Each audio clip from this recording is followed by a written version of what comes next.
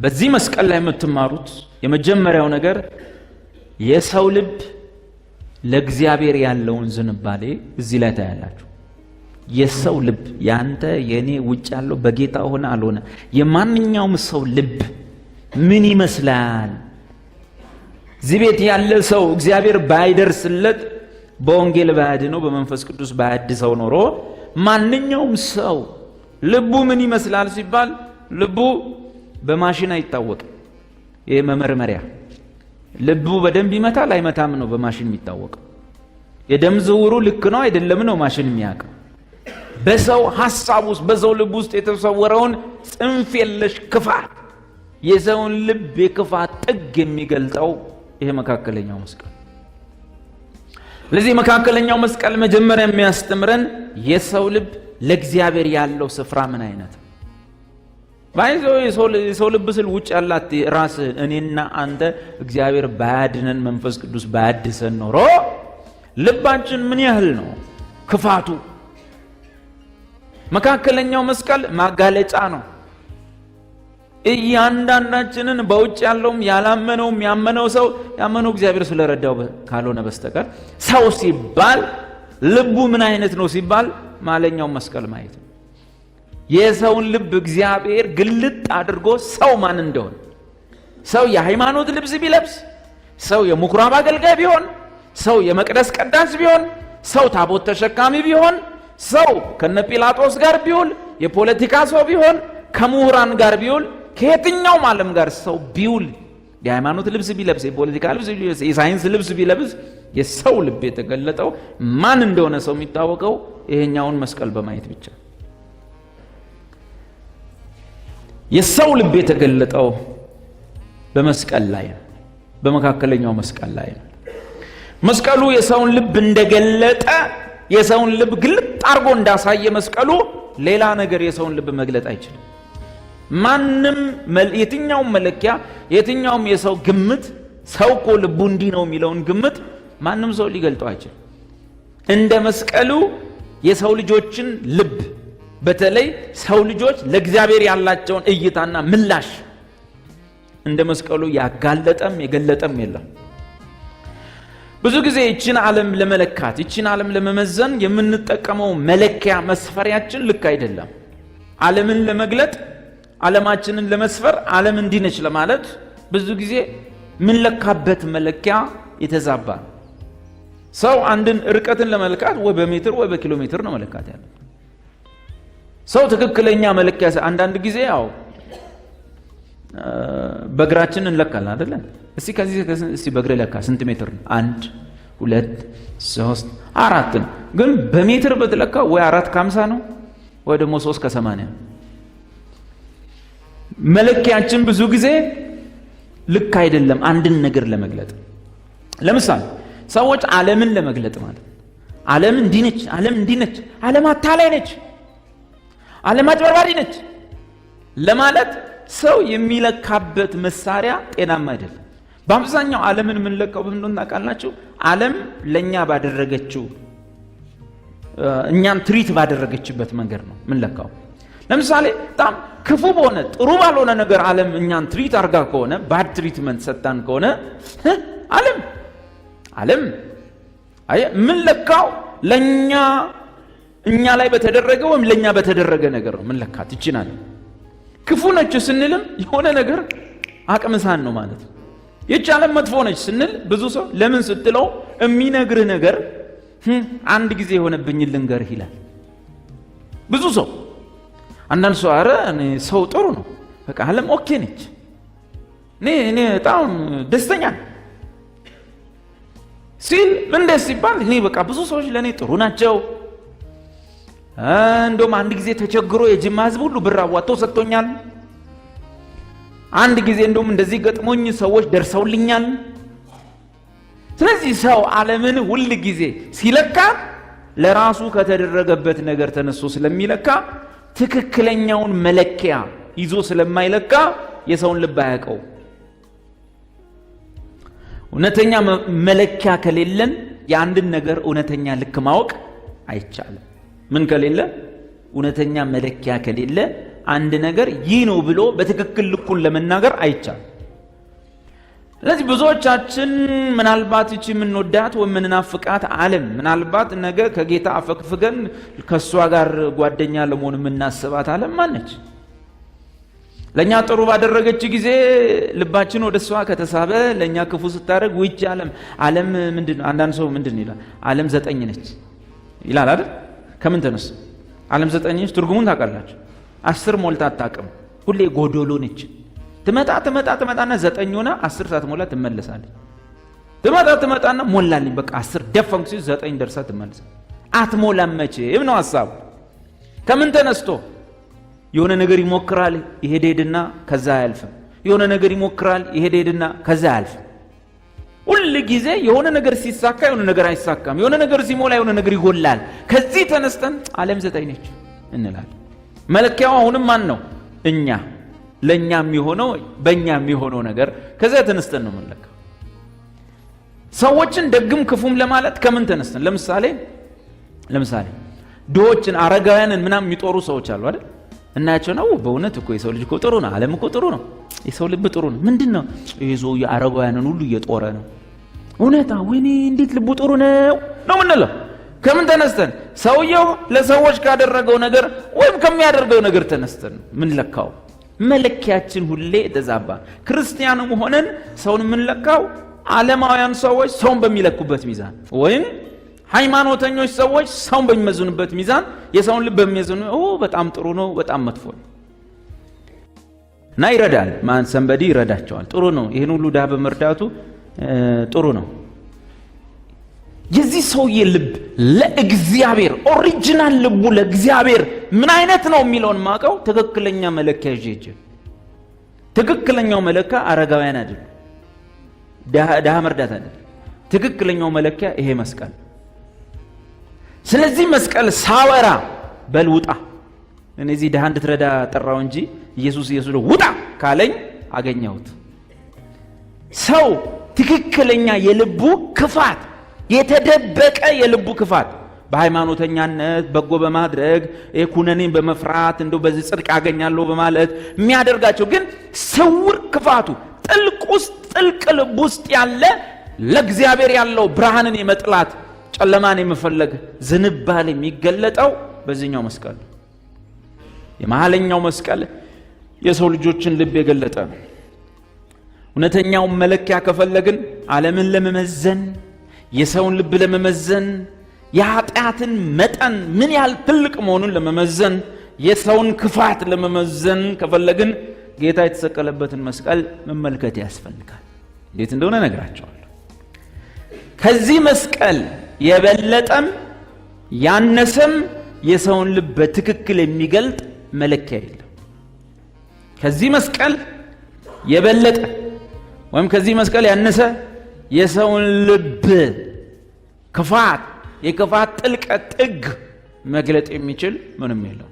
እግዚአብሔር ያን ቀን ሶስቱም መስቀል ሲደረድር በግራና በቀኝ መሰቀል ምክንያት አሉ ብሎ ጌታ ሲነግረን እየነገረን ያለው ነገር በዚህ መስቀል ላይ የተሰቀለው ድሆችን የረዳ በጎ ያደረገ አንድም ቀን ክፋት ምን እንደሆነች የማይታወቅበት ተገኝቶበት የማያውቅ አንድም ቀን ኃጢአት የማይገኝበት ነጋ ወደ ዱር ገባ ብሎ ጸልዮ ከወጣ በኋላ በጠዋቱ የሚጀምረው ሰውን ማገዝ ነው፣ ሰውን መርዳት ነው፣ የተጨነቁትን ነፃ ማውጣት ነው፣ የታሰሩትን መፍታት ነው፣ አጋንንት ያለባቸው መፈወስ ማለት ነው፣ አእምሯቸው እውር የሆነባቸውን አብርሆት መስጠት ነው። በብዙ ነገር ውስጥ በህይወታቸው ለብዙ ዓመት ጥያቄ ያልተመለሰላቸውን ሰዎች በአንድ አፍታ ጥያቄያቸው መለሱ። በሃይማኖት ቤት ለመጽደቅ ብለው መከራ የሚበሉትን ሰዎች የጽድቅን መንገድ በቀላሉ ማሳየት ነው ስራው። ሁልጊዜ ስራው በጎ ማድረግ። ስለዚህ ከመስቀሉ የበለጠ ወይም ያነሰ የሰውን የልብ ክፋት ጥልቀቱን ማሳየት የሚችል ምንም መለኪያ ከቶ የለም። በተለይ ያን ቀን የተሰማ ድምጽ ነበር፣ ስቀለው የሚል ድምጽ። ስቀለው ከሚለው ድምጽ በላይ የሰውን ልብ በእግዚአብሔር ፊት ምን አይነት እንደሆነ የገለጠ ያጋለጠ የሰው ጩኸት የለም። ስቀለው ይሰቀል። ትላንት ወዲያ ሆሳና ለዳዊት ድድድድ፣ በማግስቱ ይሰቀል። የሃይማኖት መሪ ቄሱ ምኑ የጠመጠ ይሰቀል፣ ልክ ይሾም ይሉ ይመስላል። ያን ቀን ላይ የሰው ልጅ ሰው የሃይማኖት ሰው ይሁን የምን ሰው ይሁን የህዝብ አለቃ ይሁን ሕፃን አዋቂ ይሁን ሰው ሲባል ለብርሃንና ለእግዚአብሔር ያለውን ጥላቻ ለእግዚአብሔር ያለውን የልብ ምላሽ የገለጠ ጩኸት የለም። ምን ከሚለው ጩኸት የበለጠ ስቀለው ይሰቀል። ታዲያ ምን ላርግ? በርባንን ፍታልን። ይህንንስ ምን ላርገው? ስቀለው። ምክንያት እውሮችን ያበራል፣ አንካሶችን ያዘልላል። ስንት ሺባ ነው እኛ ሰፈር ተተርትሮ እየዘለለ ያለው። ይሰቀልልን። ምንድነው ችግሩ? አንድ አሮጊት ነበረች፣ አንድ ቀባሪ ልጅ ብቻ ነበራት፣ እሱም ሞተ። ይሄ ሰውዬ ነው አልጋ ላይ እጁን ጨርሞ አንተ ጎበዝ ተነስ ያለው። ሴትዮዋን መንገድ ላይ ከመውጣት ያዳናት ይሄ ነው። ይሰቀል።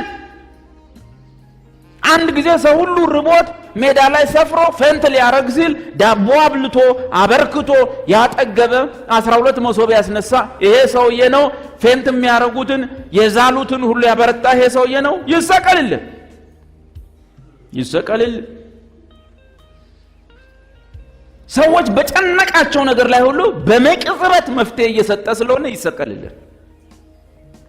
ያዘኑ ወንድማቸውን ቀብረው 4 ቀን ለቅሶ የተቀመጡ ሰዎችን መጠን በሌለው ደስታ፣ ልክ በሌለው ደስታ፣ የሀገር መነጋገር ባመጣ ደስታ በቤታቸው ያመጣው ይህ ሰው ነው። ይሰቀልልን። ይሰቀል በሉ እናንተ ይሰቀል በሉ። ምናልባት እኮ እናንተን ቤት መጥቶ ነገ ሰው ሊፈውስ ይችላል። ይሰቀል በሉ። እናንተ ታመዋል አይደል? አዎ እኮ ይሰቀል በል። ለምን መጥቶ ሊፈውሳቸው ይችላል። ይሰቀል በሉ። ይህ ይሰቀል የሚለው ጩኸት እግዚአብሔር ለሰው ልጆች ካፈሰሰው ምህረት፣ ካፈሰሰው ፈውስ፣ ካፈሰሰው ቸርነት ጋር ሲነጻጸር ይህን ፈውስ ይህን ቸርነት ላለመቀበል በግልጽ በአደባባይ የተጮኸ ጩኸት ነው። የሰውን ልብ ከዚህ መስቀል በላይ የሰውን ልብ የገለጠ ያጋለጠ ሰው ማን እንደሆነ በሃይማኖት ጥምጥም ውስጥ በቤተ መቅደስ ውስጥ በቤተ መንግስት ውስጥ ተደብቆ ባለ የሰው ክፋት ጥልቁ የተገለጠው በዚህ መስቀል ላይ እግዚአብሔር ያን ቀን ምን እየሰራ እንደሆነ ኢየሱስ በሚሰቀል ቀን ላይ ሰዎች ሁሉ ሲጮህ ይሰቀል ሲሉ ዝም እንዲል ያደረገበት ምክንያት ሰው ይጮህ ምኑን ይግለጥ? ክፋቱ፣ ጭካኔውን፣ ብርሃንን አለመፈለጉን፣ ጨለማን መፈለጉን ሰው በገዛ አፉ ያጋልጥ። ራሱን ያጋልጥ። ሰው ማን እንደሆነ መለኪያው አንተ ሰሞኑን ያደረገልህና ያተደረገልህ ነገር አለ። ሰው ማን ነው ሲባል እኔ ማን ነኝ አንተ ማን ነህ ሲባል ትክክለኛ ልባችን እግዚአብሔር ባያድነን መንፈስ ቅዱስ ባያድሰን እኛም እንደነሱ እንደዚህ ቻለም ሰው ማለት ይሄ ሰው በገዛ አፉ ነው ያን ቀን ምርጫውን የመረጠው። ለዚህ ከመስቀል በላይ የሰውን ልብ ያጋለጠና የገለጠ የለም። ሰዎች የእግዚአብሔርን ልጅ በሰቀሉ ጊዜ የተገለጠው የሰው ልጆች የጥፋት መጠንና ያን ቀን የተገለጠው የሰው ልጆች የጥፋት መጠን የክፋት ጥግ የት ጋር ይደርሳል የሚለውን ያን ቀን የተገለጠው።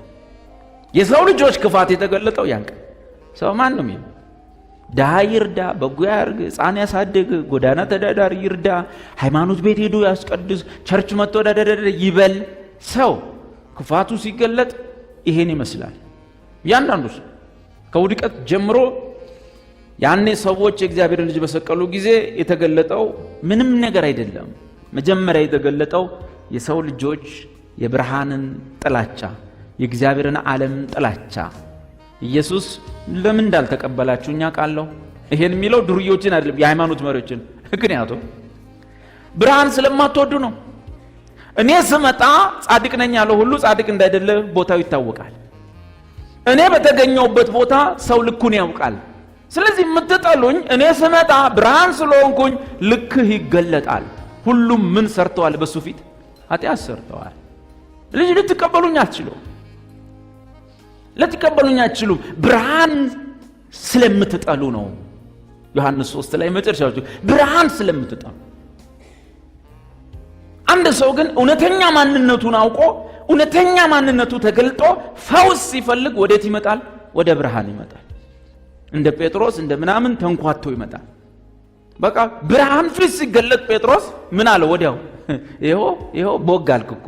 ምን የተገለጠ? ኃጢአተኛ መሆኔ። ጌታ ሆይ እኔ ምንድነኝ? ኃጢአተኛ። ከኔ ተለይና ሂድ ነው የመጣሁት እንዲህ እንድትል ነው። በብርሃን ተገልጠ ማንነትን አውቀ የልብን ክፋት ጥልቀት እኔ ካላደንኩ መንፈስ ቅዱስ ካላደሰ አንተ ማን እንደሆንክ እንድታውቅ ነው የመጣሁት። ሰዎች የእግዚአብሔርን ልጅ በሰቀሉት ጊዜ የተገለጠው ሌላ አጭሩ ነገር ምንድነው? አሁን ያልኳችሁ የሰው ልብ የክፋት ጥልቀት ነው የተገለጠው እዚህ መስቀል ላይ። ለምን ሲባል ከመሲሁ ይልቅ ካዳናቸው ይልቅ ልጆቻቸውን ከፈወሰ ውሮቻቸውን ካበራላቸው የብዙ ሰው ጤና በተመለሰበት በዚያ ማህበረሰብ ውስጥ ሰዎች የመረጡት ማንን ነው? ወንበዴ ነው አይደል? ከመሲሁ ይልቅ ሌባና ወንበዴ ሲመርጥ ሰው ምን ያህል ጨለማን ከብርሃንና ከእግዚአብሔር ፍቅር ይልቅ ሰው እንደሚወድ ያሳያል። አስቡ። ያን ቀን ጲላጦስ ኢየሱስን በዚያ ቆመ። ከዚያስ በኋላ በከተማ ውስጥ ሁሉ ጊዜ ጸብ ያስነሳ የብዙ እናቶችን ልጅ የገደለ ያስገደለ የወንበዴ ምንድነው የማፊያ ቡድን መሪ የነበረ ባራባስ የሚባል ሰው ወይም በርባን የሚባል ሰው ነበር። ሁለቱን አመጣ። ለምን መሰላችሁ? ጲላጦስ ኢየሱስን መፍታት ወደደ። ከዛ ምን አለ? የሆኑ በብዙ ምክንያት የታሰሩ ብዙ መቶ ወንበዴዎች አሉ። ከሌም ባመጣው ቀላል ነው ወንብድናው፣ ስለዚህ ይሄን አትንካው ኢየሱስን ስቀለው ነው የሚሉት። እከሌን ኦኬ።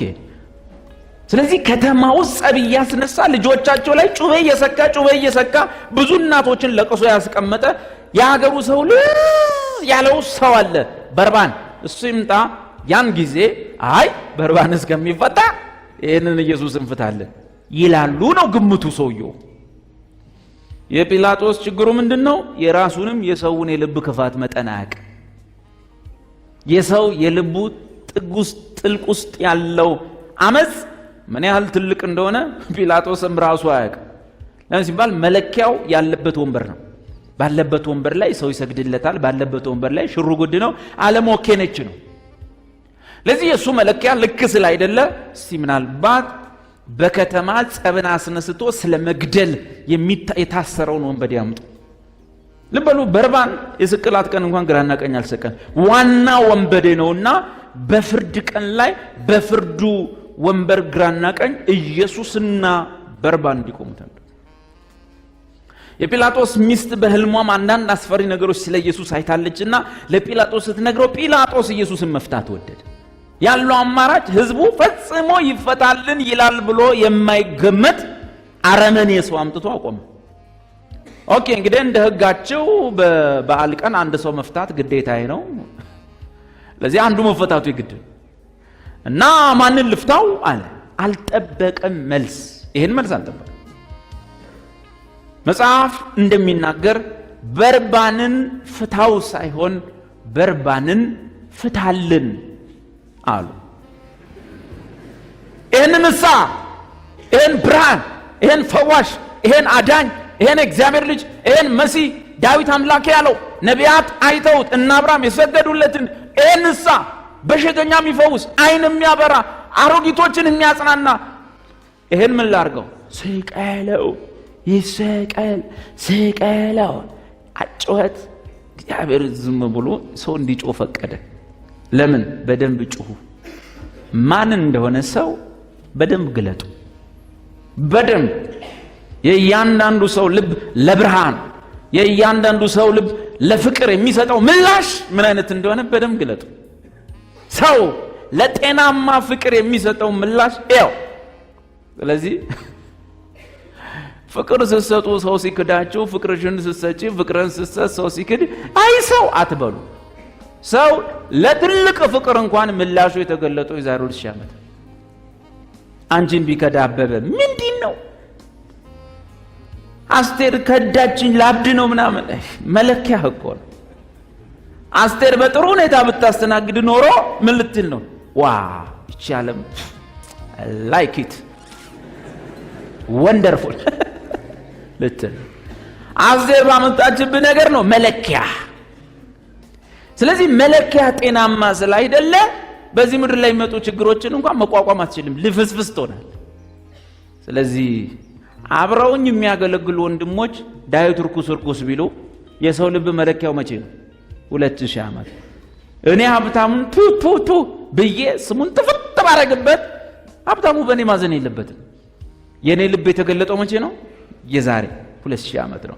የዛሬ 2000 ዓመት ላይ የነበሩ ሰዎች መቼስ የዛን ቀን መስቀሉ ስር ሁላችን መገኘት አንችል፣ ቦታው ይበቃል። እግዚአብሔር ምን አረገ? የእያንዳንዳችንን ተወካዮች እዛ አካባቢ ሰበሰበ። ያ ሁሉ ህዝብ ወኪል ነው። መቼስ ፓርላማ ኢትዮጵያ ህዝብ ሁሉ አይገባም አይደለ?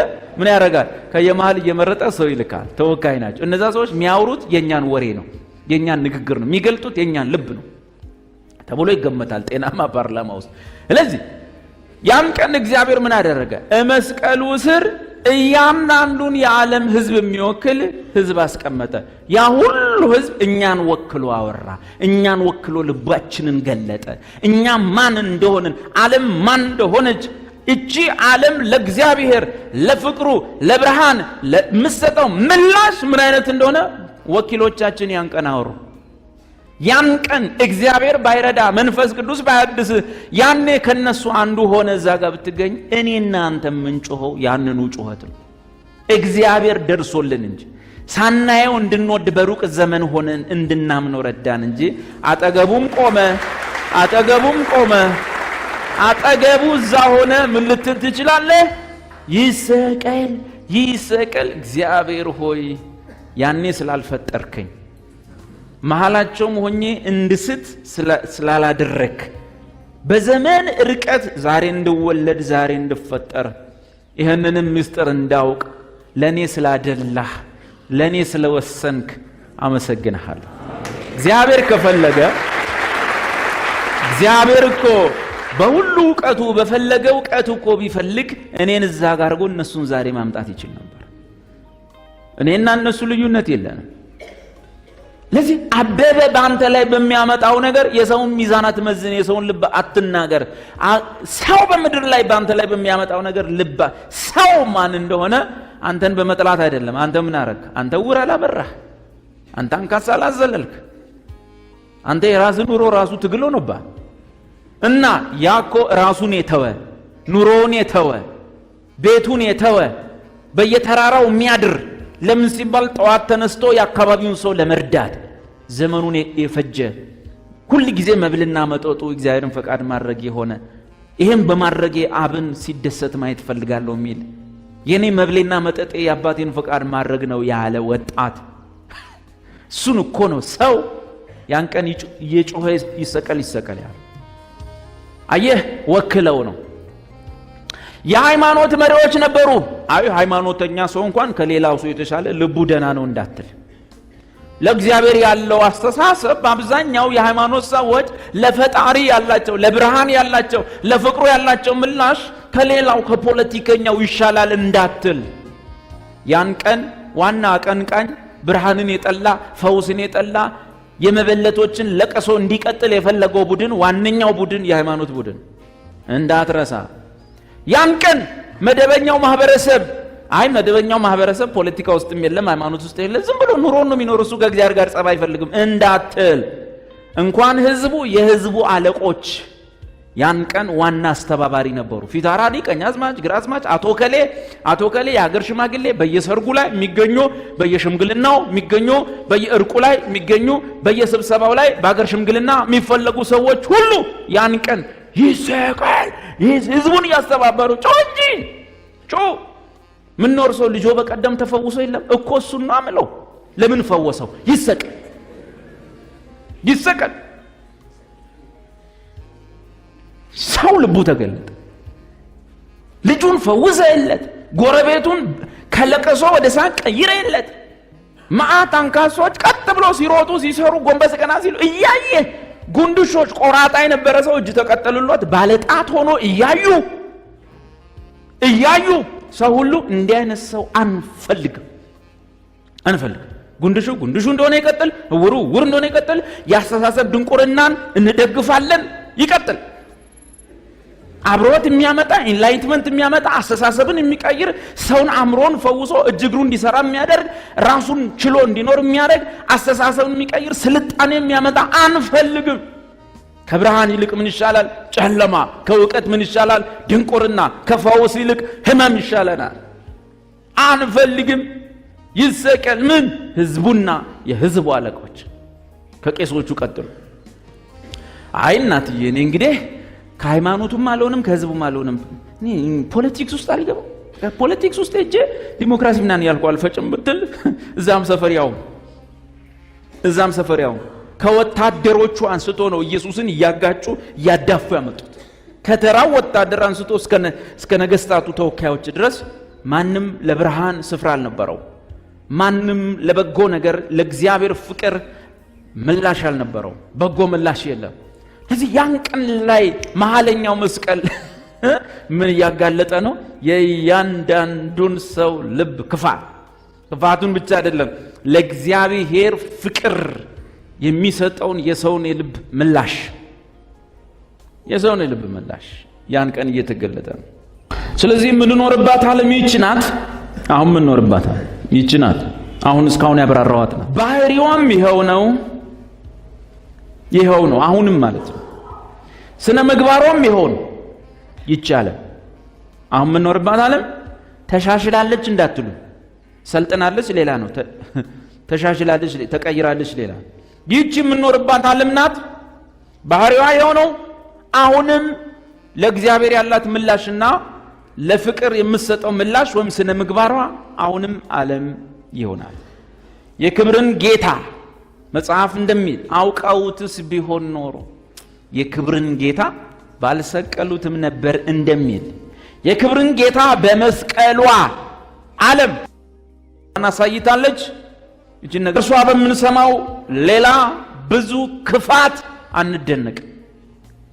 ዓለም ላይ የሚፈጸመው የትኛውም ክፋት ዓለም በእግዚአብሔር ልጅ ላይ ከፈጸመችው ክፋት ስለማይበልጥ ግን ይሄ ምን ሰራ? በሰው ላይ ምን ሰራ? ማንን በደለ? ማንን አሳዝኖ ያውቃል? ሕፃን ሆኖ አይደለም፣ ኢኖሰንት ሆኖ አይደለም፣ በእውቀት ነው ያለው። በእውቀት ሆኖ ግን ማን ላይ ከፋ? የማንን ልብ ሰበረ? ማንን በክፉ ቃል ተናግሮ ያውቃል? የትኛውን ልቡ የተሰበረ ሰው መልሶ ሰብሮ ልኮ ያውቃል? የትኛውም መጽናናት ያቃተው ሰው ኢየሱስ ጋር መጥቶ የበለጠ ልቡ ተሰብሮ ሄዶ ያውቃል ወይ? ኃጢአት ያደከመው ሰው እኮ ቸርች ሲመጣ ክርስቶስን የማይመስል አገልጋይ ከገጠመው ጉዱ ነው የሚፈላው። ኃጢአት አድክማ ወደዚህ ላከችው፣ ዓለም አድክማ። ከዛ ሲመጣ ክርስቶስን የማይመስል አገልጋይ ካለ ምን ሊለው እንደሚችል አስብ። አንዳንዶች አላችሁ እዚህ ውስጥ የትም እየዞርሽ የምትመጪ እግዚአብሔር እንዲህ ይላል፣ ተስተካከላለህ። እግዚአብሔር በቅርቡ ለሁለት ነው የምሰነጥቅ ይላል። ሰውየው መጽናናት ፈልጎ የባሰ ሌላ ነገር ነግረን የምንልከው እኮ አለ። ይሄኛው ግን እንዲህ ብሎ ያውቃል ወይ? የትኛውም ኃጢአተኛ ነኝ ዞር በልኝ ሲሉት እንኳን ውይ ኃጢአተኛ ነኝ እንዴ ብሎ ሄዶ ያውቃል ወይ? ኃጢአተኛ ነኝ አልከኝ? አዎ ኧረ ጌታ ይገስጽ ብሎት ያውቃል ወይ? ጭራሽ ኃጢአተኛ ነኝ ሲሉ ኦኬ ሰው አጥማጅ አድርጋለሁ ተከተለኛ አይደለም እንደሚለው ቀረጥ ቀራጩን አንተ ቱ በኢየሱስም ወጋውት ብሎት ያውቃል? አያውቅም። ምንድነው ያለው? ና ተከተለኝ ነው ያለው። አመንዝራ ነው ይዘው የመጡለት። ምንድነው? ስታመንዝር በኢየሱስ ስም ብሎ አያውቅም። ከእናንተ መሃል የሌለበት ቀድሞ ይውገራት ነው ያለው። አይኑ እንደምታይ አይፈርድም፣ ጆሮ እንደምሰማ አይበይንም። ይሄ ምን አረገና? በእውቀት ውስጥ ሆኖ ሕፃን ሆኖ እኮ አይደለም፣ ኢኖሰንት ሆኖ እኮ አይደለም። እነሱ ላይ የሚደርስ አደጋ ያሳዝናል። ይሄ እኮ በእውቀት ሆኖ ሰው ያልበደለ፣ ይሄ እኮ እውቀት አለው። ይሄ እኮ አዋቂ ነው። ይሄ እኮ የ33 ዓመት ወጣት ነው። ግን ምንም ኃጢአት በእርሱ ዘንድ የለች። ስለዚህ የክብርን ጌታ በመስቀሏች ዓለም እዚህ እሱ ላይ ባደረገችው ነገር ሌላ ነገር ላይ በምታደርገው ነገር እምብዛም እጅግም ላንደነቅ እንችላለን። አንዳንዶቻችሁ እንዲህ ትላላችሁ፣ አይ ዴቭ ምናልባት አሁን ጊዜው ተለውጧል ትሉ ይሆናል። አሁን ጊዜው ተለቆ የዛሬው ሻምትና አሁን ዘመኑ ዘመኗል፣ ተሻሽሏል። አሁን ዘመኑ የነ ጲላጦስ አይነት አይደለም፣ የነ ሄሮድስ ዘመን አይደለም። የ21ኛው ክፍለ ዘመን ነው። ከመጀመሪያው ክፍለ ዘመን የሚል ከኛ መሃል አንድ ሰው ቢኖር ማለት ነው። አሁን ተዛዙ እንደ የነ ጲላጦስ ጊዜ ዲሞክራሲ የለም፣ ምን የለ ፍትህ የለ። የ21ኛው ክፍለ ዘመን ከመጀመሪያው ክፍለ ዘመን ይለያል የሚል ሰው ቢኖር ይላችሁ ዓለም ሰልጥኗል እንጂ ለእግዚአብሔር ልጅ ያለው የልቡ ክፋት አሁንም አልተቀየረም። እውነት ዓለም ለእግዚአብሔር ልጅ ለብርሃን፣ ለፍቅሩ፣ ለፈውሱ፣ ለደግነቱ፣ ለሰራው የማዳን ሥራ ልቧ ዛሬ ተቀይሮ ይሆን? ሰልጥናለች፣ ቴክኖሎጂው አድጓል። የሰው ልብ ግን ለብርሃን ያለው ጥላቻ ተሻሽሎ ይሆን እንዴ? ተቀይሮ ይሆን እንዴ? እንዳልተቀየረ ላሳያችሁ። ሄደ ካፍቴሪያ ላይ ስለ ቼልሲ አውራ፣ ማንም አይነካም። ስለ ድሮግባ አውራ፣ ማንም አይነካም። ያኔ አስወግደው ስቀለው ያለ ድምፅ በሌላ መንገድ ይመጣልሃል። ያንን ቅዱስ ስም ስትጠራ፣ ያንን ንጹህ ስም፣ እዚህ መስቀል ላይ የዋለውን ቅዱሱን ስም፣ ንጹሁን ስም፣ ይሄን የመሰለ ስም በሰማይም ይሄን የመሰለ ስም በምድርም የሌለ ይሄን ስም እዛ ቦታ ላይ አንሳ። ያን ጊዜ ዛሬም አስወግደው የሚለው የዛኔው ድምፅ ከሰው ውስጥ ተሰማዋል። ይሄን ስም ስታነሳ የትም ቦታ ላይ ሪጀክት ይደረጋል። የትም ቦታ ላይ ተቀባይነት የለው። ሂድ ካፍቴሪያ፣ ሂድ የሆነ ቦታ ላይ ቁጭ በል፣ ሊዮኔል ሜሲ ሆል እንዲያርጎ ምናምን በል። ሰው ጆሮን ጥሎ ነው የሚሰማ። አዎ አንተ ሜሲ እንዲያርጎ በዚህ ገብቶ ደግሞ ማን ነው ሌላ ጥሩልኝ ባላቃቸው ደስ ይለኛል። አንዳንድ ጴንጤ እኮ የ12ቱን ሐዋርያት ስም ጥራ ቢባል አይጠራ። እዚህ 12ቱን ሐዋርያት ስም ጥራ ሲባል ጴጥሮስ፣ እሺ ዮሐንስ፣ ጴጥሮስና ዮሐንስማ ሕፃን ልጅም ያውቃቸዋል። 12ቱን ጥራ ጴጥሮስ፣ ዮሐንስ ብሎ እንቅ ያደርገዋል።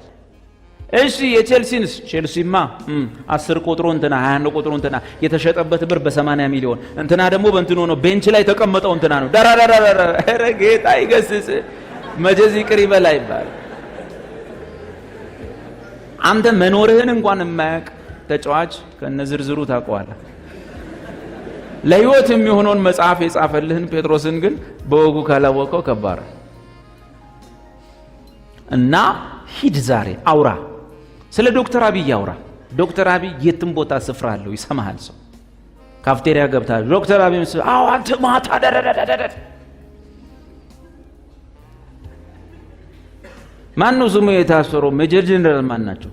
እሳቸው እንኳን ሰው አዎ አንተ ዳዳዳደ ስለ እሳቸው እንኳን ሰው የትም ቦታ ብታወራ ይሰማሃል። ድሮግባ በል፣ ቼልሲ በል፣ ማን ነው ሌላ ተጫዋች እንግዲህ የሰሞኑ እናንተ ታውቃላችሁ። ደግሞ አባቡና ማን ነው ጅማ አባ ጅፋር ቡና ጊዮርጊስ በል አዎ ዳዳዳዳዳዳ። የኢትዮጵያ ውስጥ ማን ነው ተጫዋች ሌላ ተጫዋች በስም ሳላዲን። አሁን ሳላዲን እንግዲህ ናስብ ምን ትስቃለህ? የሁሉም ተወካይ ነው እሱ። ኦኬ ቆይ ወደዚህ ና። ኦኬ ይሄ አሁን ሳላዲን የሚባለው ያልደም ብታወራ ሰው ይሰማል። አሁን ሳላዲን እኮ እንዲያርገው ዳዳዳዳዳ አውራ። ስለማን? ስለ ጓድ መንግስቱ አውራ፣ ሰው ይሰማል። ስለ ትራምፕ አውራ፣ ሰው ይሰማል። ስለ ኦባማ አውራ፣ ሰው ይሰማል። ስለ ታወቀም ስላልታወቀም ሰው አውራ፣ ሰው ሁሉ አዎ ኢንተረስቲንግ ወሬ ነው ብሎ ይሰማል። ማርሽ ቀይርና ወዲያው የናዝሬቱ ኢየሱስን ታውቁታላችሁ በል። ወዲያው ያ ሰው ሰልጥኗል፣ አሁን ዘመኑ ዘምኗል ያልከው ግን ልቡ አለመለወጡን ወዲያው ታያለህ። ላፕቶፕ ይዟል፣ የድሮ ሰው አልያዘም። ኮምፒውተር ይዟል፣ የድሮ ሰው አልያዘም። ያን የነበረው ሰው አይፎን የለውም፣ ምንም የለውም። ስልክ እንዳለም አያውቅም፣ ምንም የለውም። አሁን ስልክ ይዟል፣ አይፎን ይዟል፣ ምን ይዟል? ልብ ግን ያው ነው። ይቻለም ልቧ ለእግዚአብሔር ልጅ ለብርሃን ያላት ምላሽ አንድና አንድ ነው። ከዛሬ 2000 ዓመቱ ልብ ጋር የሰው ልብ አንድ ነው። ስፍራ የለውም የእግዚአብሔር ልጅ ዛሬ። ኢየሱስ የትም ቦታ ሄደ ስለሱ አንሳ ስፍራ የለውም። በታክሲ እየሄድኩኝ አጠገቤ ፈረንጃለች፣ ትበሳጫለች፣ ትላለች፣ ብቻዋን ታወራለች፣ ምናምን ትላለች። አየህ ለካ ዩሮም ዶላርም ሰላም አይሰጡ። እዛ አይፓዴን እያነበብኩ ነበርና እንዲያረኩላት ጂሰስ ክራይስት የሚለውን አውጥቼ ማለት ነው እንደዚህ ነው። ይሄን ስም ታያለሽ አልኳት። አይ ጂሰስ ክራይስት አይ ኖ ዚስ ኔም አይ ኖ። ከዛ በኋላ እናቴ ክርስቲያን ነበረች፣ ግን እንዲያን ነገር እኔ ሰው እንዲያነሳብኛል ወይ ታክሲ ማን ስቶፕ በአማርኛ ሞከረች። አቁም ምናምን አለች። ይሄን ስም ስላነሳውባት ተምዘግዝጋ ወረደች። ግን እዛ ውስጥ አውጥቼ ማለት ነው ሌላ ማን ነው የፊልም አክተር ወንድሜ? አቤት አንድ የፊልም አክተር ብትሰጠኝ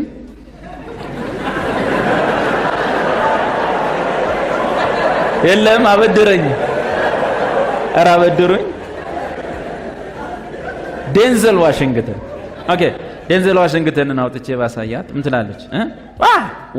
ያ ዱ ዩ ኖ ምናምን ታውቀዋለህ አይ ላይክ ሂዝ ሙቪ ምናምን ትለኛለች። ጂሰስ ክራይስት የሚለው ግን ታክሲ ስቶፕ። የእግዚአብሔር ልጅ ታክሲ ውስጥ ምን የለውም? ስፍራ የለውም። አበሻ ጋር ስፍራ የለውም። ፈረንጅ ጋር ስፍራ የለውም። ኢየሱስ ሲባል ደስ የሚል ከሆነ ሰማይ ደርሶልህ ነው። እግዚአብሔር ደርሶልህ ነው። በሕይወት ውስጥ እግዚአብሔር ደርሶልህ ነው። ይሄ ልባችንን ግልጥልጥ አድርጎ ፍርጥርጥ አድርጎ እኔ አላልኩም እንዳትል ጮኸ። ይሰቀል ብለህ ጮኸ። እኔ ቤተ መንግስት የለውም እንዳትል የት ነበርክ? እኔ ሃይማኖት ቤት ነው እኮ አብረህ ነበርክ ከነሱ ጋር። እኔ ይሄ ሃይማኖት ምናምን አልወድም፣ እኔ ፖለቲክስ ነው ወድ እዛው ነበርክ። እኔ ከሁለቱም የለ እኔ መደበኛ ኑሮዬን ምን ነበርክ። ተወካዮች ነበሩ፣ አታመልጥም። የእያንዳንድ ልብ እዚህ ጋር ተገልጧል። እዛ ጋር የነበረው ማህበረሰብ ሁሉ የማን ተወካይ ነው? አቤት እዚህ ሆናችሁ አቤት ሰዎች አቤት ሰው እንዳትሉ፣ እነሱ ሁሉ የማን ወኪል ናቸው?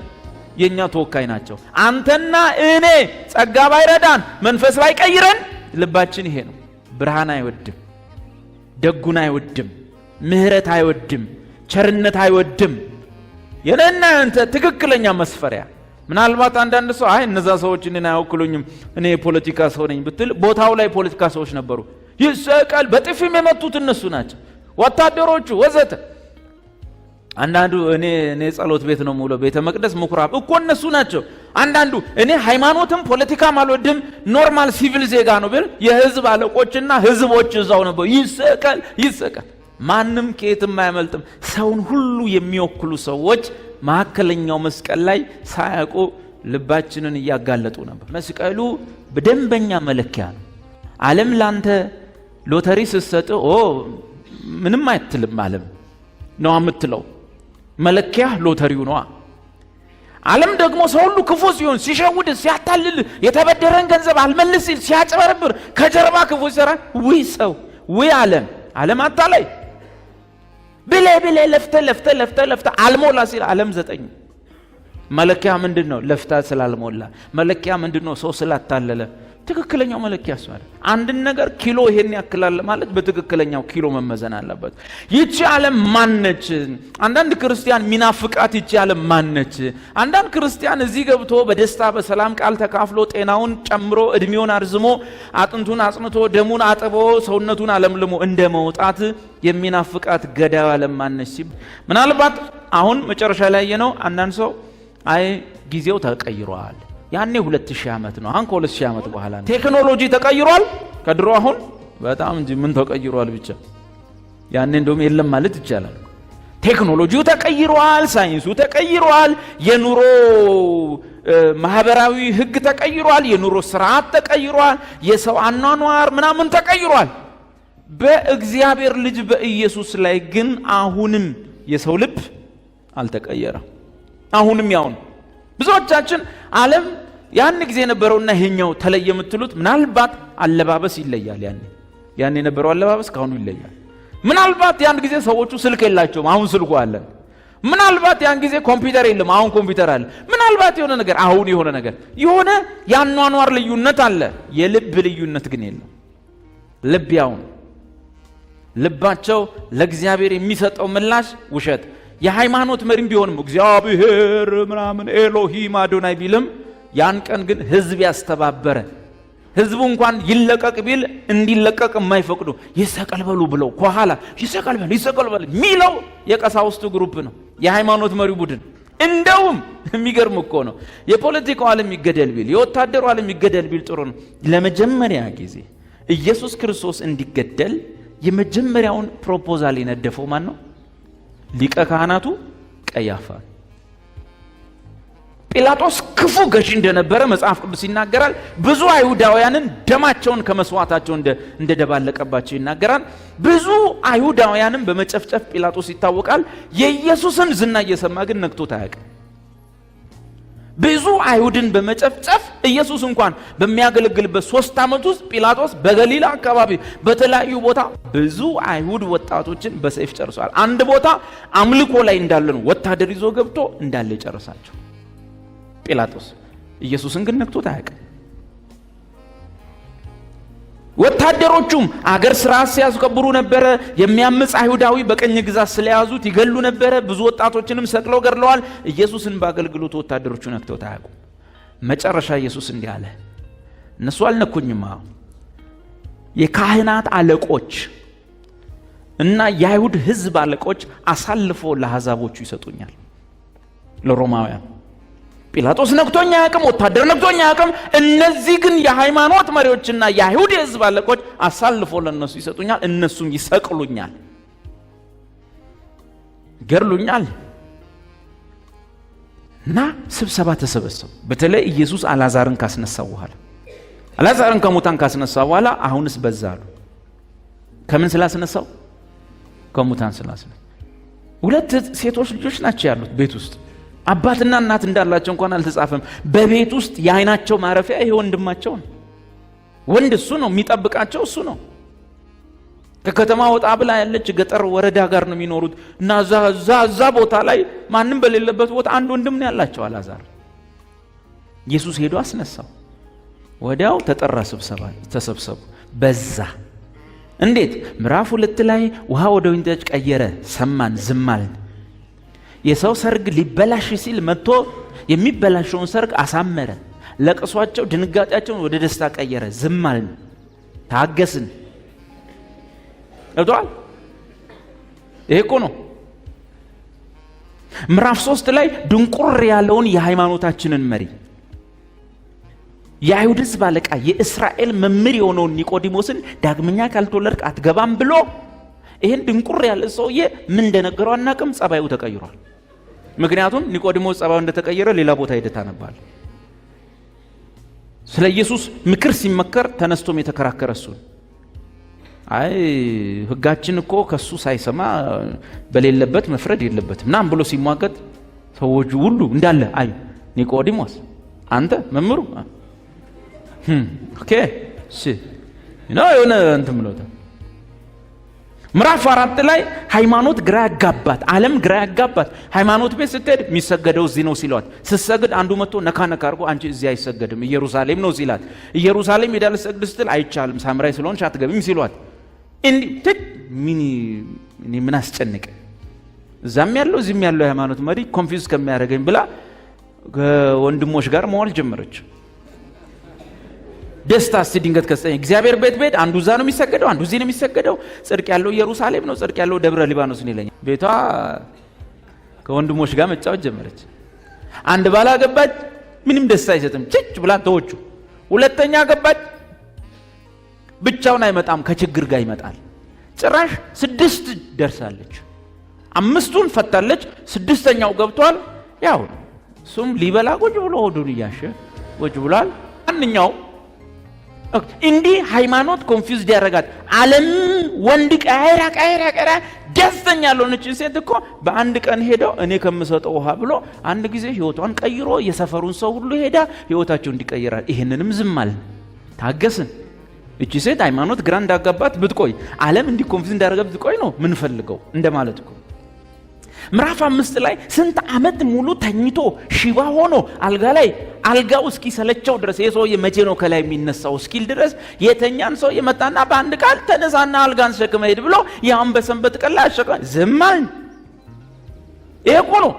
ምዕራፍ 6 ላይ ሰው ሁሉ ርቦት ሲያዞረው ጠኔ ሲለው ላብላብ ሲለው ዳቦ አርግቶ አንተም ብሎ አብልቶ አጥግቦ 12 መሶብ አስነሳ። ዝም አልን። ይሄ እኮ ነው። ዝም አለ። ሌላ ምን አረገ? ገደለ፣ ዋሸ፣ ቀማ፣ ምን አረገ? ስለዚህ ቀያፋን ጭራሽ ዛሬ የሰማነው ደግሞ ከዚህ በኋላ ልንታገሰው አንችልም። ሊቀ ካህናቱ ዋናው የካህናቱ አለቃ የሃይማኖቱም ጲላጦስ አላሰበም፣ ወታደር አላሰበም፣ ፖለቲካው አላሰበም፣ የህዝብ አለቆች አላሰበም። የካህናቱ መሪ ጥምጥሙ ላይ ነው፣ ጺሙ ትልቅ ነው፣ እጣን በጣን ነው፣ እጁን ስታሸተው መዓዛው ሌላ ነው። ከእግዚአብሔር ጋር ውሎ አድሮ የሚመለስ ሰውዬ ነው ይመስል የመጀመሪያውን ስብሰባ ጠር ከዚህ በኋላ መታገስ አንችል። ምን ታስባላችሁ ስለዚህ ሰው አለ ዮሐንስ ወንጌል ላይ። ግማሹ እንዲህ ነው፣ እንደዚያ ነው፣ እንደዚያ ነው፣ እንደዚያ ነው፣ እንደዚያ ነው፣ ሁሉም እጅ ያወጣ እንዲህ ነው፣ እንዲህ ነው፣ የቄስ ማት እጅ ያወጣ። እሱ ሁሉንም አንዴ ጠረጴዛ ደብድቦ አንዴ ሁላችሁም ምንም አታውቁ አይደል ያሉ ዮሐንስ ወንጌል። ሁላችሁም ምንም አታውቁ። ለምን ስብሰባ ጠራ ግን? ሐሳብ ማይቀበል ከሆነ የኢትዮጵያ ፓርላማ መስሏል። ቁጭ ብሎ ኦሬዲ እሱ ምን አርጎ መጥቷል? አጽድቆ መጥቷል በአምሮስ። ከዛ ቢሰማ እንግደለው የሚል የለም። አንተም ትላለህ እንትን እናርገው፣ እንደዚህ እናርገው፣ በዚህ እናርግ፣ በቃ ወይ ገርፈን ልቀቀው ወይ እናስፈራራው ወይ ምን ትስብ ምናምን። አይ ሁላችሁ ምንም አታውቁ። ቀጥሎ ምን አለ? ህዝቡ ሁሉ ከሚጠፋ አንድ ሰው ስለ ህዝቡ ሁሉ እንዲጠፋ ያስፈልጋል። ከዚያች ቀን ጀምሮ ሊገድሉት ወሰኑ ማለት።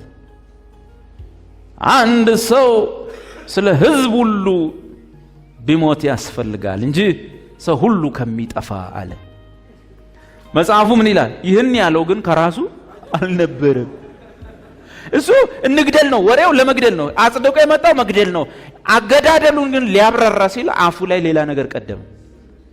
ህዝብ ሁሉ ከሚጠፋ ደግሞ ደስ የሚለኝ እናንተ ሁላችሁ ምንም አታውቁም ያለው እሱ ራሱ የሚናገረው አላወቀውም ነበር። እና ህዝብ ሁሉ ከሚጠፋ አንድ ሰው ስለ ህዝቡ ለሞት እንደሚገባ አታውቁም? ምንም እኮ አታውቁም አለና ዮሐንስ ያብራራው ምን አለ? ይህንንም ያለው ከራሱ አልነበረም። በዚያች ዓመት ሊቀ ካህናት ነበርና ሳያውቀው ኢየሱስ ስለ ህዝቡ ሁሉ ሊሞት እንዳለው ትንቢት ተናገረ። ሳያውቀው። አሜን።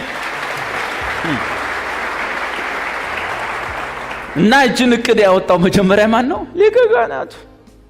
ስለዚህ ሃይማኖት ውስጥ ብትሰገሰግ ቆብና ጣቅያ ብትድርድር ልብህ ተገልጧል። ማን? የሃይማኖት መሪ ጫፍ ላይ ብትቀመጥ እንኳን ልብህ ከፖለቲከኛው ከወታደሩ እኩል ነው። በማን ላይ? በብርሃን ላይ። በማን ላይ? በእግዚአብሔር ልጅ ላይ፣ በቅዱሱ ላይ፣ በንጹሑ ላይ፣ እግዚአብሔርን በሚያክል ጽድቅ በተመላለሰው ሰው ላይ። የሰው ልጆች በልባቸው ውስጥ ያለው ጥልቅ የጥላቻ የክፋት ማንነት ግን አልተቀየረም። በእርግጥ አሁን ከክርስቶስ ጊዜ ወደዚህ ብዙ ነፍሳት ኢየሱስን በማመን ድነዋል። ብዙ ሰዎች ድነዋል። ቤተ ክርስቲያን አድጋለች፣ በስታለች። ስለ ስሙም የሚመሰክሩ የዳኑ እርሱን የሚያመልኩ ሰዎች አሁን ከኢየሱስ ዘመን ይልቅ አሁን ብዙ ናቸው አይደል? የዳኑ ሰው ብዙ ነው አይደል? ኦኬ። እና ይቺ ዓለም ልቧ ተቀይሯል ማለት ነው። ዓለም ግን ቤተ ክርስቲያን ብታርግም ብትሰፋም ሰዎች ቢድኑም ዓለም ግን ልቧ የዛሬ 2000 ዓመት በ30 ዓመተ ምህረት ላይ የነበረው ልብ ነው ያላት። አሁን የሃይማኖቱ ታላላቆች ያን ጊዜ ይህንን አንፈልገውም በርባንን ፍታልን ያሉት ቃል፣ ያን ያሉት ቃል ዛሬ ሰው አይለውም ይሆን? በተዘዋዋሪ ክፉ የሆነውን መርጦ ደግ የሆነውን አይገፋም ዛሬ ሰው። ለምሳሌ ልንገራቸው ምን ያህል የሃይማኖት ሰዎች ከፖለቲካ ሰዎች የከፉ እንደሆነ እንደውም ያሳያል። ጲላጦስ ኢየሱስን ሲጠይቀው ሲመረምረው ምንም ሊያገኝበት አልቻለም። ጭራሽ የኢየሱስ ዝምታ እያስፈራው መጣ። በዚህ መሃል ደግሞ ሲያንቀዠቅዠው ከከሳሾቹ መሃል ሊቀ ካህናቱ እንደ ሕጋችን ሊሰቀል ይገባዋል ራሱን የእግዚአብሔር ልጅ አድርጓልና ሲል ጲላጦስ ፈራ። ልክ እችን ሲሰማ መጣና አንተ ከወዴት ነህ አለው። ኢየሱስ ግን መልስ አልመለሰም። ከወዴት ነህ? ልፈታህ እኮ እችላለሁ። አይ ልትፈታኝም ልታስረኝም ከአባቴ ዛሬ ካልተሰጣ አትችልም፣ አባቴ ነው። ከዛ ምን ይላል? ጲላጦስም ሊፈታው ወደደ። ጭራሽ ሚስቱ መጣች፣ መልእክተኛ ላከች። ጲላጦስ እባክህ በዚህ ሰው ላይ አንዳች ነገር እንዳታደርግ፣ ማታ በዚህ ሰውዬ ምክንያት በህልሜ ብዙ ስቃይ ሳያድር ያለው አለች። ጲላጦስ ይሄ ሲጨመርበት በቃ ሊፈታ ጫፍ ደረሰ። በዚህን ጊዜ የቄሶቹ አለቃ ምን አለ? እርሱን ከፈታኸው የቄሳሩ ወዳጅ አይደለህም፣ ወደ ፕራይም ሚኒስቴሩ ወይም ወደ ቄሳሩ ወደ ንጉሱ ደብዳቤ እንጽፋለን። ይሄ ንጉስ ነኝ ብሎ ነው የከሰስነው፣ ቄሳር ነው ንጉሳችን፣ አንተ እሱን ከፈታ የቄሳር ተቃዋሚ ነህ አሉት። እንግዲህ ተወክሎ የሚገዛ አገረ ገዢ ነው። ደብዳቤ ወደ ቄሳር ከሄደ ከወንበሩ ይነሳል ነው። እንግዲህ እኔ በዚህ ሰው ላይ አንዳች አላገኘሁበትም፣ እጄን እታጠባለሁ ብሎ እኔ ከዚህ ሰው ደም ንጹህ ነኝ ብሎ ታጠበ። ያን ቀን ኢየሱስ ሊለቀቅ አይችልም። ማን ኦልሬዲ ወስኗል? አብ ስለወሰነ ማለት ነው። ዛሬ ዓለም ምርጫዋ በርባን፣ ኢየሱስ ደግሞ ዞርበል አትልም ይሆን? መቼስ እንደ በርባን ሰው ባይገርልባቸውም ሰዎች ምረጡ ቢባሉ የትም ቦታ ሄደ፣ ለምሳሌ የትም ቦታ ሄደ የትኛውን ስም እያነሳ ብታወራ ዓለም ይቃወምሃል። ይህ ውድና ምን ልበለው ተመን የሌለው ስም በሆነ ስፍራ ብንጠራ፣ ጲላጦስ ያለውን ስሙ የናዝሬቱ ኢየሱስንስ ምን ላድርገው ነው? በርባንን እንፍታለን። የናዝሬቱ ኢየሱስ ይሄንን ስም ይሄን ተመን አልባ ስም የሆነ ቦታ ሄዳችሁ ብትጠሩት ብንጠራው ውጤቱ ከዛን ዘመኑ ጋር ተመሳሳይ ነው አይደለም? ተመሳሳይ። የሆነ ቦታ ጋር ሄደ ይሄን ስም የናዝሬቱ ኢየሱስን ስሙን ብትጠራ ሰው ልቡ እንዳልተቀየረ ወደ ታውቃለህ። እንደዛው ዘመን ነው ሰው ልቡ ተመሳሳይ ነው መልሳቸው። ይሄን ስም አትጥራብን ነው። ይሄን ስም አትጥራብን። ሌላ ስም መጥራት መብት ነው። ብዙ ጊዜ ዓለም ላይ ቦታ አለ። ካፍቴሪያ ውስጥ ቦታ አላቸው፣ ሆቴል ውስጥ ቦታ አላቸው፣ ትምህርት ቤት ውስጥ፣ መስሪያ ቤት ውስጥ ሁሉም ቦታ አለ። መስሪያ ቤት ውስጥ ስላቢ ስታወራ ውለህ ብታድር ሰው ሁሉ ይሰማሃል። የሆነ ቦታ ስለሆነ ነገር ብታወራ ስለሆነ ታዋቂ ሰው ስለ ሶቅራጥስ ብታወራ ፈላስፋው ይሰማሃል። ችግር የለበትም። ስለ ማንኛውም ሰው አውራ፣ ችግር የለበትም። ዓለማችን ላይ ታው ስለ ትራምፕ አውራ፣ በቃ ስለ ኦባማ አውራ። ኦባማ የትም ቦታ አለው። ትራምፕ የትም ቦታ ይሰሙሃል፣ ቦታ አለው። ናዝሬቱ ኢየሱስ የሚለው ስም ግን ዛሬም ቦታ የለው። ዓለም አልተቀየረች። አሁንም ስፍራ የለውም ጌታ። በጭራሽ እንዳትታለሉ። ይህች ዓለም አሁንም ለጌታ ስፍራ የላት። ስለዚህ ይህን ስም የሆነ ቦታ ጋር ሄደ ብትጠራ የነገርኩ ነገር እውነት እንደሆነ ወዲያው ታውቃለህ። ዓለም የትኛውንም ስም መታገስ ትችላለች። ታግሳ ለተወሰነ ጊዜ ስለዚያ ስም መስማት ትችላለች። ዓለም የትኛውንም የማይጠቅምና ረብ የሌለው ወሬ ስታወራ ዓለም ትታገሳለች። ዓለም ትሰማለች። ዓለም ለዚያ ተራ ወሬ ቦታ አላት፣ ስፍራ አላት። ይሄ ቦታው አይደለም የሚል ሰው የለም። የትኛውንም እንቶ ፈንቶ ብታወራ ይሄ ቦታው አይደለም የሚል ሰው የለም። ማውራት ትችላለህ። ዝም ብለህ እንዲሆነው በዚህ ወጥቶ በዚህ ገብቶ ኧረ እባክህ ችግር የለውም። ነገር ግን የጌታን ስም መጥራት ስትጀምር እየጠራህ ካወራህ ወዲያውኑ ዝም እንድትል ነው የምትደረገው። በዚህም ዝም እንድትል ነው የምትደረገው። የትም ቦታ ሄደ የሆነ ቦታ አሁን የሆነ ቦታ ወይ ካፍቴሪያ ገባ የሆነ ቦታ ድና ስለ ሰንበዲ ያወራ ይሰማዋል። አዎ ልክ ነው። አንድ ጊዜ ፖዝ አድርግና እዛ ጋር እኔ ምላችሁ የናዝሬቱ ኢየሱስን ታውቃላችሁ? ወዲያው ከዚህም ድምፅ ነው የሚወጣ።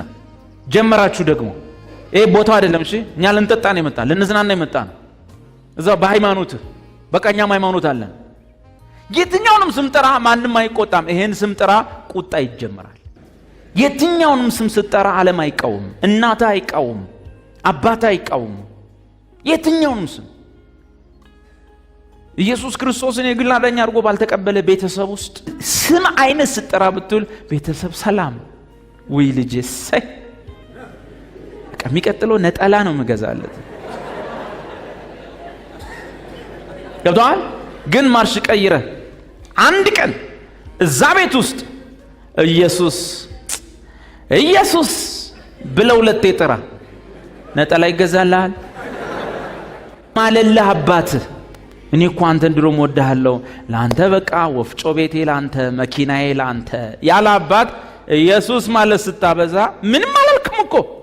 ሌላ ስም አልጠራም። ማርያም ስትል እኮ አልተቃወም፣ ገብርኤል ስትል እኮ ኢየሱስ ማለት ስትጀምር አንተ መናፍቅ፣ ለአንተ ወፍጮ ቢቻለኝ ብፈጭ ደስ ይለኛል። እውነቱ ዘት አቤት። ይህን ስም መስማት ዓለም አይወድም። የትም ቦታ አሁን መንገድ ላይ ቆምና እዚህ ጋር ሚነካ አለ የለ። መንገድ ላይ ቆም፣ ሂድ አሁን እመቤቴ ማለ እያልክ ሂድ፣ ሚነካ የለም። መንገድ ለቀቅ ያሳልፈዋል። ቁምና እዚች ዳር ላይ ራስ የቸርቹ በራፍ ጋር ቁምና መዳን በኢየሱስ ነው በል። ሳታውቀው ነው ከየት በኩል እንደሆነ ድንጋይ አናትን ነው። እውነት ውሸት። ለምንድን ነው ይሄ ስም ሲጠራ ዓለም ልቡ አሁንም ቦታ የለውም? የናዝሬቱ ስም ነው። ዞር አድርገው አስወግደው አንፈልግም። ይሄን ስም ከሱ ይልቅ እንደው በርባን የሚለው ስም ይሻለናል። ኢየሱስ የሚለውን ስም አንፈልግም። ስሙን አትጥራ። በነገራችን ላይ እኔ መጀመሪያ ወደ ጌታ በህይወቴ ዘመን ጴንጤ ሰብኮኛ አያውቅም። ጴንጤ አጠገቤ ተጠግቶ አያውቅም።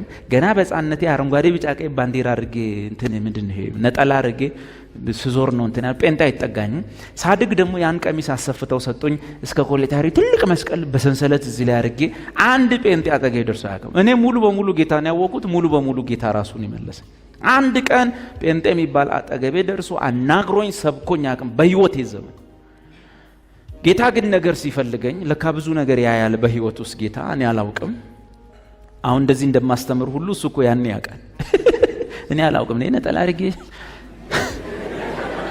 መቃብር ቤት ሄጄ ቁንጫ ሲበላኝ ሳካ። ኦኬ መጨረሻ እንደሆነ ታውቃላችሁ። ጌታ በቃ አብ የመረጠው ሰው እምቅድመ ዓለም ለደህንነት የወሰነው ሰው የቀን ጉዳይ ነው። ሲንከባለል ቢውል ወደ እውነት ይመጣል። ከዛ ለአንድ ምሽት ነው በህልሜ ነው ማየው። ሰዎች እያስተማርኩ ነው። ሜዳ ነገር ይመስለኛል እንደ ጥምቀት ነጠላ አርጓል። እየሰበኩ እያለ ኃይለኛ ዝናብ ይዘንባል።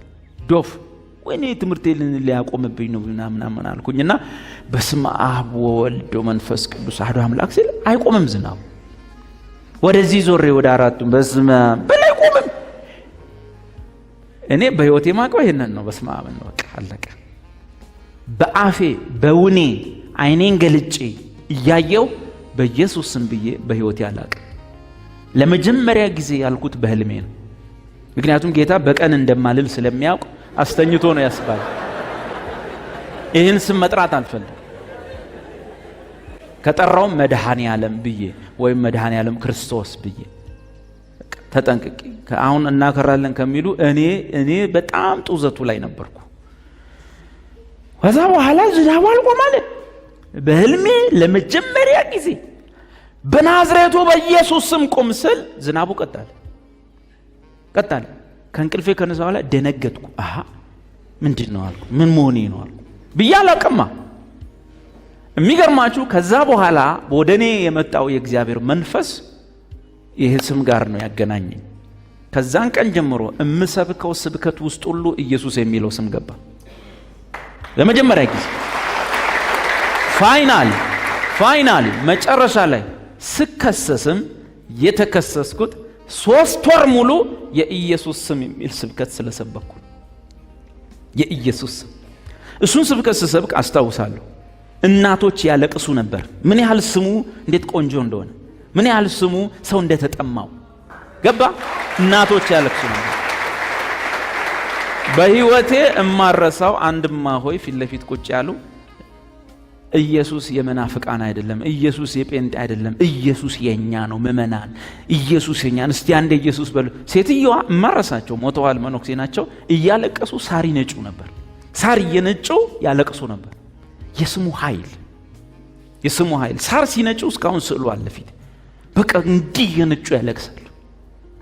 ኢየሱስ የሚለው ስም የትም ቦታ ስትሄድ የልዩነት ምክንያት ነው። የልዩነት ምክንያት ሂንዱ ሀገር ሄደ አንድ እግዚአብሔር አለ ብትል፣ ሙስሊም ሀገር ሄደ አንድ ፈጣሪ አለ ብትል ማንም አይነካ። ኢየሱስ ማለት ስትጀምር ሁሉም ሰይፉን ይመዛል። ይሄን ስም ዓለም አሁንም መስማት አትፈልግም። ስለዚህ የኛ ስፍራ የት ነው? የኛ ስፍራ እቺ ዓለም አይደል።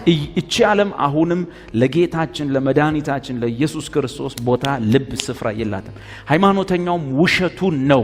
ኢየሱስ ስትለው የሚናደድ ሃይማኖተኛ ለምንድን ነው ሰይጣን ሌሎች ስሞች ሲጠራ ማይናደደው? ኢየሱስ ሲባል እናትህን የሚያስቆጣው፣ አባትህን የሚያስነሳብ፣ ወንድም የሚገላምጥ፣ ሌላንም ምንም አላልክም። አልሰከርክ፣ አልጠጣ፣ ሌላ ስም አልጠራ፣ ወይ ማርያም ወይ ገብርኤል አላልክ። ኢየሱስ ስትል ሁሉም የሚያድምብህ፣ ሁሉም የሚነሳብህ፣ ሰው ሁሉ የሚጠራጠር፣ አይኑን ላፈር የሚልህ የሚገላምጥህ ለምንድን ነው? ሰይጣን ለምንድን ነው ሰዎችን ወዲያው የሚያስነሳ? ይህን ስም መጠቀም ሲጀምር ለምንድን ነው ሌላውን ስም ሲጠቀም ዝም ያለ? በስማቸው ስትገለበስ ስትጠጣ ምንም ያላለ፣ ምንም ሳትጠጣ ሳትሰክር ኢየሱስ ስትል ሰው ሁሉ ይነሳባል። ምንም አላልክም እኮ ሰው ሁሉ ይነሳባል። ለምንድን ነው ሰይጣን ለምንድን እንዲነሳ አይፈልግም? አንደኛ ያው እንድንበዛ እንዲሰጠን ስም ማን ነው? ኢየሱስ ነው። ሌላውን ስም ስትጠራ ብትል ስለማትድን ሰይጣን ምን ጨነቀው? ሁለተኛ እርኩሱ መንፈስ የሚወጣው የሰይጣንን መንግስት የሚገፋው በማን ስም ነው? በኢየሱስ ስም ነው። የቀረውን ስም ስትጠራ ብትል መንግስቱ አይገፋ፣ ምን አስጨነቀው? ምትድነው፣ ምትፈወሰው፣ ጤና የሚበዛ፣ ሰላም የሚበዛ፣ ኑሮ የሚበዛ፣ መዝሙርና ዝማሬ፣ ሳቅና ደስታ በሳሎን የሚሞላው በኢየሱስ ስም ነው። ሌላው ሄና ያመጣ ሁልጊዜ በጌታ ደስ ይበላችሁ ይላል። ጌታ ነው ደስታ ይዞ ይመጣው፣ ጌታ ነው ሰላም። ይሄንን ነገር የሚያመጣልህን ካነሳብህ፣ ስሙን ካፍ ካጠፋ፣ ሌላውን ስትጠራ ብትል ምን ጣጣ አለው? ሱቅ የሚሸጠው ስፖንጅ ማለት ይሄ እቃ ማጠቢያው ብር 2 ብር። በዚህ ዘመን የብር እቃ የለም አይደል? የአንድ ብር የለም። ብቻ ስንት ብር እንደሆነ አለ። ለምሳሌ ጠላቴ ነህ ልበል፣ በጣም እጠላሃለሁ። ከዛ ላይ ረረረረ ብዬ መርካቶ እጄ 40 እንደዛነት ስፖንጅ 44 ነው ናታናትን ብል ጉድ ይፈላል አይፈላም? ይፈላል አይፈላም? አይፈላም። ጭራሽ ምን ትጀምራለህ? ወንዴ መለሰ የምን የቴስታ የጨዋታ ትጀምራለህ። ዴቪዬ በዚህ በኩል ወርውርልኝ፣ አንዴ ቴስታ አንዴ በረኛ፣ ምንም አይመስልም ብዬ እጄ አንድ ጥቁር ድቡልቡል ድንጋይ አንድ ነው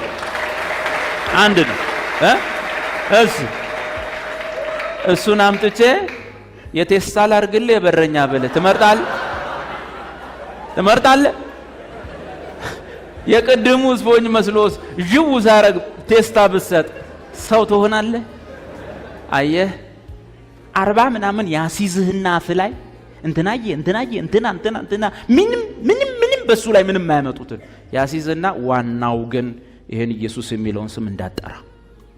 ኢየሱስ አትበል መናፍቅ። የምን ኢየሱስ ነው? ወዲያው አባትን ያስነሳል። ይሄው ልጆ እኮ ኢየሱስ እያለ ነው። አስቁሙት። ኢየሱስ ማለት ጀምሯል። ይሄ ከመናፍቃን ጋር ይዋለ ነው። ወዲያው እናት አክስት አሜሪካ ያላጎት ሁሉ ይደውላል። አንተ ሰሞኑን ኢየሱስ የሚል ነገር አብዝተሃል አሉ። ምልክልህን ዶላር ከዚህ በኋላ አታገኛትም። ሁሉም ይረባረቡባል። ይሄን ስም ግን ቁጭ አድርገህ፣ ይሄን አንድ ስም ቁጭ አድርገህ ሌላውን ሁሉ ስትጠራ ዓለም ሁሉ ካንተ ጋር ይስማማል። መንገዱ ሰፊ ነው። ወደ ጥፋት የሚወስደው ጎዳና ሁልጊዜም ሰፊ ነው። ወደ ሕይወት የሚወስደው መንገድ ግን አንድ ብቻ ነው። ስለዚህ ዓለም ዛሬም ለጌታ ስፍራ የላትም። በዚህ ተስማማላችሁ? ለምሳሌ በዓለም ላይ ያሉ መድረኮች ዘፈን ይዘፈንባቸዋል፣ ቲያትር ይታይባቸዋል፣ ፊልም ይታይባቸዋል። በዓለማችን ላይ መደነስ የሚፈልግ ሰው ሁሉ ይደነስባቸዋል። ለዚህ ሁሉ ዓለም ቦታ አላት። እዛ መድረክ ላይ እዛ ቦታ ላይ ግን ክርስቶስን ለመስበክ ከባድ ነው። አሁን ጂማ ስቴዲየም ላይ ኢየሱስን መስበክ ከባድ፣ ፈቃድ ራሱ አታገኙ። ሁሉም ይችላሉ፣ ሁሉም። እዛ ቦታ ላይ ግን የታወቁ ዘፋኞች ቢመጡ ይፈቀዳል? ዘፈን ይፈቀዳል፣ ጭፈራ ይፈቀዳል። እኔ የሚገርመኝ ነገር እዛ ኪቶ አንድ ቦታ ተከራየንና ለወጣቶች እዛ ለሚማሩ ተማሪዎች፣ ከዛ በኋላ ቆርቆሮ ነገር መሰራራት ጀመርን። ለተማሪዎቹ ቸርች ብለን የሚሰበሰቡበት መሰራራት ጀመርን። ቀበሌው ግብረ ኃይል ጭኖ መጣ። ቸርች ነው፣ ቸርች እንደሆነ አውቀናል፣ አቁሙ አለ ሰው። አንደኛው ጓደኛችን ተነሳና አይደለም ጆተኒ ቤት ነው አለ። ጆተኒ ቤት ቆይ ጆተኒ ቤት ነው፣ እውነታችሁ ነው፣ እንደሱ ይቻላል ብሎ ሄደ ሰው። በማግስቱ መጡ። ሰርተን ስናልቅ የወሬ ሰምቶ መጡና ይሄው መድረኩ ታዲያ ለምን ተሰራ? ይሄ ቸርች ነው ነቃቅል አለ። ነቃቅል ቸርች ነው ነቃቅላል። ከዛ በኋላ የዛው ሰፈር ልጅ ነው ምናልባት እነዘሪውን እነሱ አይደለም ይሄ ለዲኤስቲቪ ነው። ዲኤስቲቪ እዚህ ላይ ሆኖ ኳስ ምን አታይ ዲኤስቲቪ ነው። እርግጠኛ ናቸው? እንደሱ ከሆነ ስሩ። ኦኬ ዲኤስቲቪ ቦታ አለው። ጆተኒ ቦታ አለው። ጌታ ኢየሱስስ የለው። እንግዲያውስ ዲኤስቲቪ ላይ የሚውለው ጎረምሳ ጆተኒ ላይ የሚውለው ጎረምሳ ነው ሀገሪቱን በአንድ እግሩ ያቆማት። ክርስቶስ ቦታ የለው። ዓለም መድረኮቿ ሁሉ ለኃጢአት ክፍት ናቸው። ዓለም ቦታዎቿ ሁሉ ለአመጽ ክፍት ናቸው። የትኛውንም አይነት አመጽ ወጣቱ እንዲሰራ የሚመቻቹ ነገሮች ሊኖሩ ይችላሉ። ያኔ አዳም ወዴት ነህ ሲባል የሸሸው መሸሽ፣ ይሄን ድምጽ መስማት አለመፈለግ፣ ወዴት ነህ ሲባል ሸሽቶ በራሱ ጫካ ውስጥ እንደተደበቀ ትውልድ ሁሉ ይሄን ድምጽ መስማት ጠልቶ ስታነሳም አይፈልግም፣ ይጠላሃል፣ ሊሰድብ ሊያዋርድ ሁሉ ይችላል። የራሱ የሚገርለው ጫካ ውስጥ ግን ቁጭ ብሏል። የሚገርለው ነገር ግማሹ የመጠጥ ጫካ ውስጥ፣ አንዱ ደግሞ የእውቀት ጫካ ውስጥ ይደበቃል። ከዲፕሎማ ፈርስት ዲግሪ፣ ከፈርስት ዲግሪ ሰከንድ ዲግሪ፣ ከሰከንድ ዲግሪ ሰርድ ዲግሪ፣ ከሰርድ ዲግሪ ፎርዝ ካለ ፎርዝ ዲግሪ። ጫካው እኮ ነው ለሰውዩ። አንድ ቀን ወደ ብርሃን ተገልጦ አቅሙን አውቆ ህይወት የሚባለውን መርጦ ዘላለሙን አሳምሮ ወደ እውቀት ቢመለስ ጥሩ እኮ። ግን ሽሽት ላለመስማት፣ አንድም ቀን ለዚህ ነገር ጆሮ ላለመስጠት በራሱ የፍልስፍና አጥር ውስጥ፣ አንዳንዱ በመጠጥ ጫካ ውስጥ፣ አንዳንዱ በእውቀት ጫካ ውስጥ፣ አንዳንዱ በሀብት ጫካ ውስጥ ያ የሚከሰው ራቁትነት ወደ እግዚአብሔር እንዳያቀርበው ራቁቱን በሀብት፣ ራቁቱን በእውቀት፣ ራቁቱን በሆነ ነገር የመሸፈን ጥረት፣ አንዳንዱ ራቁቱን በሃይማኖት ጫካ ውስጥ የመሸፈን ጥረት። ሰው ልብ ውስጥ ሁሉ ይሄ ነገር አለ። ስለዚህ ከዛ ውስጥ ወጥቶ የእግዚአብሔርን ቃል እንዲቆጭ ብሎ መስማት ይሄ በረከት። የእግዚአብሔርን ቃል ለመስማት መታደል ብፁዕነት። ሌላ ሁለተኛ ነገር እንግዲህ የመጀመሪያ ያየነው በመካከለኛው መስቀል ላይ የሰው ልብ ለማን ያለው ጥላቻ? ለእግዚአብሔር ያለውን ጥላቻ ስቀለው። የእግዚአብሔርን ልጅ አንፈልገው። በዛን ቀን እያንዳንዳችን ስንብራራ ነበረ።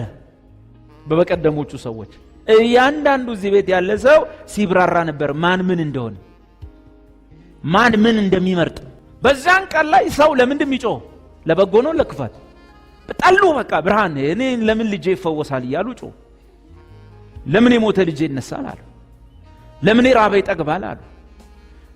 ለምን ያዘነች ትጽናናለች አሉ። ለምን ሽባ ቀንቶ ይሄዳል፣ ለምን እውር ያያል አሉ። ክፉ ልባቸው ተገለጠ። አሁን ከኛ መሃል ማን ነው ተሽሎ በመሻሌ ዳንኩኝ የሚል? ከኛ መሃል ማን ነው በበጎ ስራው ከሌላው ተሽሎ እኔ ዳንኩት በበጎ ስራዬ ነው የሚለው? ተዘርዝረናል እኮ በቃ ተብራርተን ተነበናል። የዛሬው 2000 ዓመት ያውን አንተ ነገር ላይ ክፉ ስታረግ ሰው አልልም፣ አንተ ተብራርተሃል። የዛሬው 2000 ዓመት ላይ በጎን ስታረግልኝ ደግሞ ዋው ብራዘር እንትና በተለይ እሱ ለኔ አልልም። ተብራርተሃል። ተብራርቻለሁ በደንብ በዝርዝር። በወንድም እንትና በጣም ተሰናክያለሁ፣ እኔ አልሰናከልም በወንድም እንትና። ለምን ወንድም እንትና እንደሚያሰናክለኝ የዛሬው 2000 ዓመት ተብራርቷል በደንብ አርጎ። በእህት እንትና ተሰናከልኩ፣ እኔ አልሰናከልም፣ ከጌታ ጋር ቀጥላለሁ። ለምን እህት ከሊት ተብራርታለች። የዛሬው 2000 ዓመት በወኪሎቹ አማካኝነት ይሰቃል ስትል ተብራር። የኢትዮጵያ ሕዝብ ሁሉ ተብራርቷል የዛሬው 2000 ዓመት ላይ። ደግነቱ አንድ ነገር ያጽናናኛል። እግዚአብሔር ደግሞ ልቡ በደንብ ተብራርቷል፣ በደንብ ተደርጎ ተገልጧል። የትኛው ላይ? የዚህኛው መሐለኛው መስቀል ላይ